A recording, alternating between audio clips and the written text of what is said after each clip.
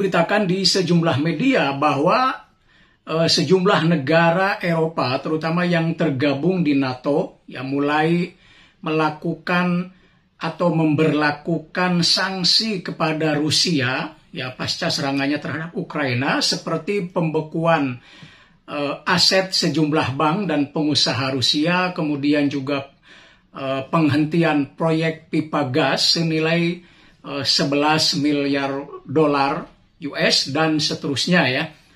Tetapi pertanyaannya adalah apakah sanksi-sanksi semacam itu cukup efektif untuk menghentikan serangan Rusia terhadap Ukraina?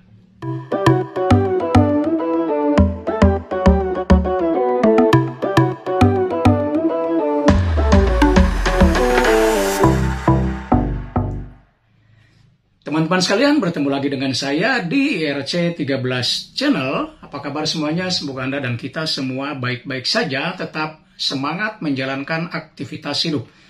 Teman-teman sekalian, di video ini saya kembali menyajikan The Current Issue Corner dan masih terkait dengan Rusia-Ukraina War atau perang antara Rusia-Ukraina.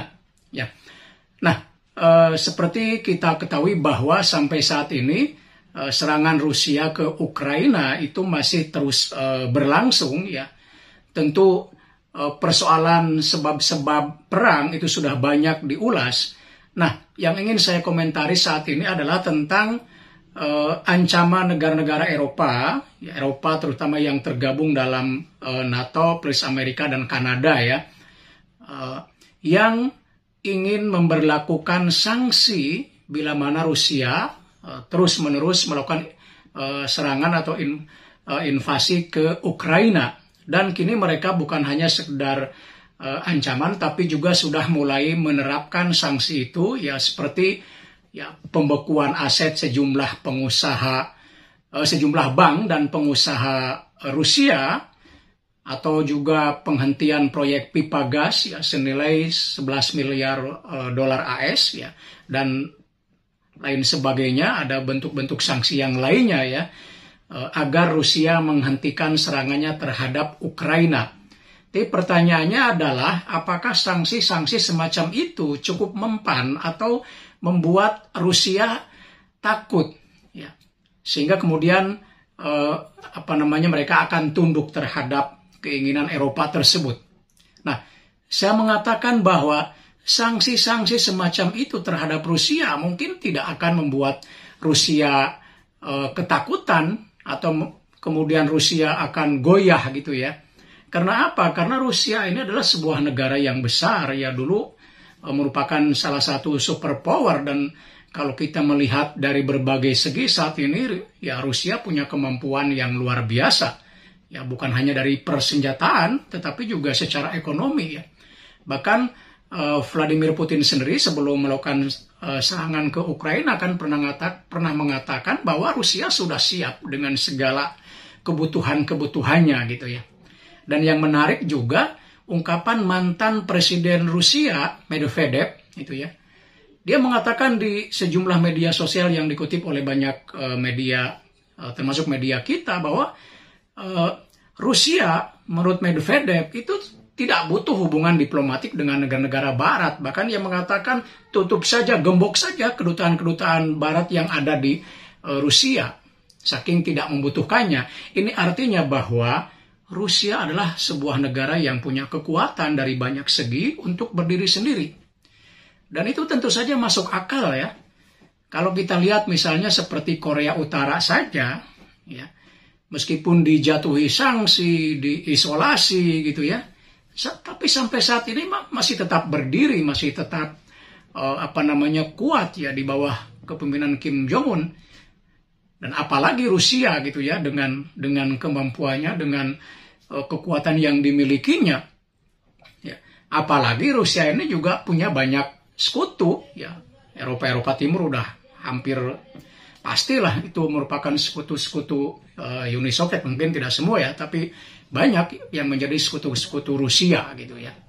Nah, karena itu sanksi-sanksi itu sekali lagi tidak akan mempan, tidak akan efektif untuk menghentikan Rusia.